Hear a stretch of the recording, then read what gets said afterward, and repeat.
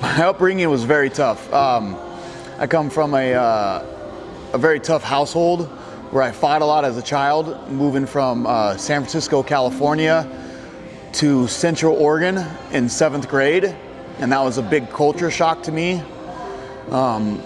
Growing up on a ranch, but being from the city and being predominantly half Mexican and Italian, and being one of the darkest kids in my where I grew up.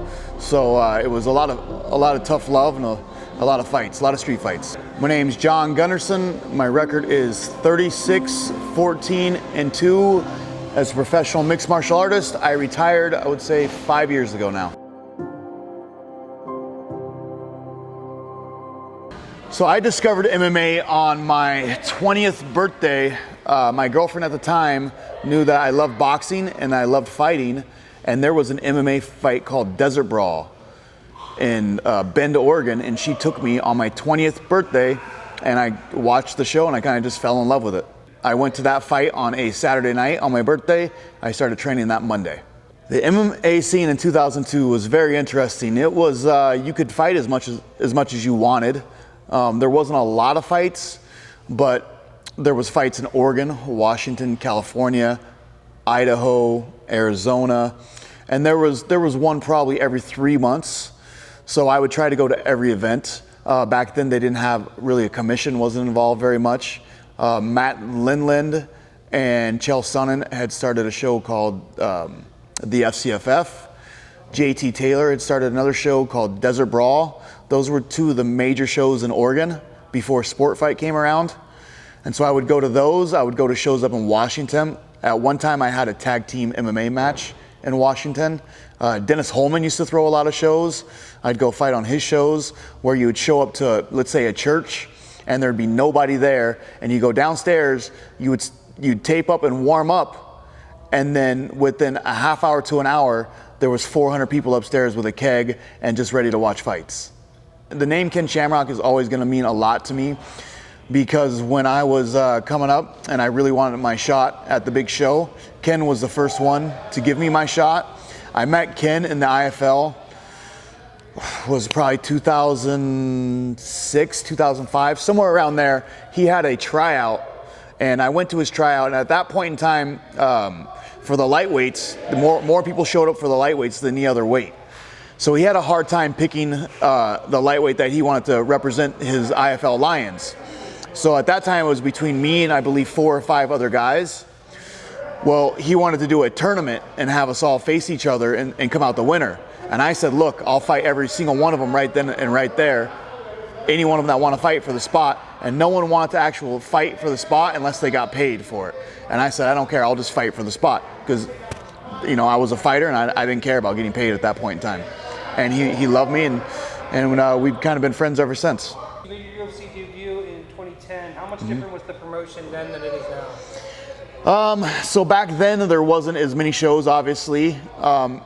I felt like it was a lot harder to get into the UFC back then. I remember I don't even know how many fights I had when I got into the UFC, but I had nonstop been reaching out to Joe Silva, my manager, and he would just say, well, you have to go beat this champion to prove that you belong here. You have to go, go to this show, win the belt, and then give us a call. So that's basically, back then you had to fight your way into the UFC. They didn't have like, where now I feel like you can take the elevator instead of taking the stairs, right? You can get on the Ultimate Fighter, you can go to the Contenders. You have all these younger fighters have such a better opportunity and a lot quicker. You see guys in the UFC now with 4 to 5 fights, when back then you had to have 20-something fights to get in the UFC. There's some crazy fights and crazy stories. I've experienced a lot in my career. I would say fighting in Finland was a pretty crazy one and a very memorable one for me. I took the fight, I believe, on a couple weeks' notice to fight a kid coming down from 185. I showed up, I had to cut a bunch of weight the day before the fight, like natural, like normal, right, for a lot of shows. But I needed to cut a bunch of weight. I made the weight. I was fighting their champion. They threw me and my training partner, who actually was on the card, Steve Lopez, in a very, very small room, probably the size of a mop closet. And that was our warm-up. Then that was our warm-up room. Then before the fight, they had a doctor and whoever was running the show come and ask us if we were on steroids or been doing any drugs. And we said, obviously no. And he said, okay, good. And that was it. That was how they drug tested you. Then I remember I had Sam Stout in my corner at the time and Steve Lopez. I remember standing out there waiting in the main event, waiting for my guy to walk out. And the guy walked out, whatever their music is over there. And it reminded me of like Rocky IV, like when the Russian walked out. It was that same atmosphere. And then when he got into the ring, he turned around and he had people hanging in a tree from his back. And that's when I was like, okay, I'd never been a part of that, right? It looked like he was, and he had a big swastika on the face too. So that's one of my memories I'll never forget, because it was like, I felt like it was me versus that country at the time. And it was definitely an experience. Another big experience that I'll never forget was when I fought Bart Pelashevsky in the IFL. I fought him in Moline, and basically where their team was from. And I remember when I walked out, everyone was booing me, and the crowd was just, pro Bart Pelashevsky and the Silverbacks. But after the second round, I remember looking up and looking at the crowd, the sold out arena, and the whole crowd was just cheering and everyone was on their feet. And then after the fight, tons of fans were coming up to me, shaking my hand, taking pictures. And that was just a really cool experience. So when you walk out, everyone hates you. So when you leave, I don't know if they love you, but they appreciate what you do and the entertainment that you put on for that 15 minutes. I believe sacrifices are going to be different for every individual.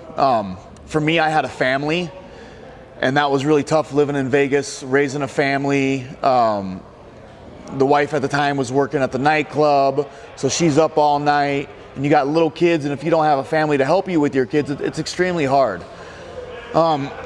Fighting is, in my opinion, is a young man's sport, a single man sport, and someone that can be extremely focused on their goal. And that's why you see guys like Michael Chandler, Khabib, Justin Gaethje, these guys that can strictly focus on one thing and keep focused and stay on that path. That's why they reach the success that they do. My first experience in Vegas was, I knew Randy because I'd been training up at Extreme Couture, at Team Quest up in Portland back in the day. And so I knew Dennis, and I knew Randy, I knew a couple of the guys. So I'd actually come out and visited Dennis before and trained with them. Well, then I came out when I was in the IFL. At that point in time, they had Tyson Griffin on the mat, Gray Maynard on the mat, Sam Stout, Mark Hominick, Josh Thompson. I mean, we had so many great lightweights. I came in, I did my first round. After my first round, I ran over to my bag and grabbed my headgear and put my headgear on. Every round and every fight, I felt like was a complete war back then. Everyone was trying to knock everybody out, especially if you didn't know that guy or you hadn't trained with that person. And a lot of people were coming in and out of the gym, and it was a lot of wars. And we got great fighters from all over, because at that point in time, that was one of the only main gyms in Las Vegas. So, and Randy was still fighting and very popular, so everyone was coming and stopping into Extreme Couture.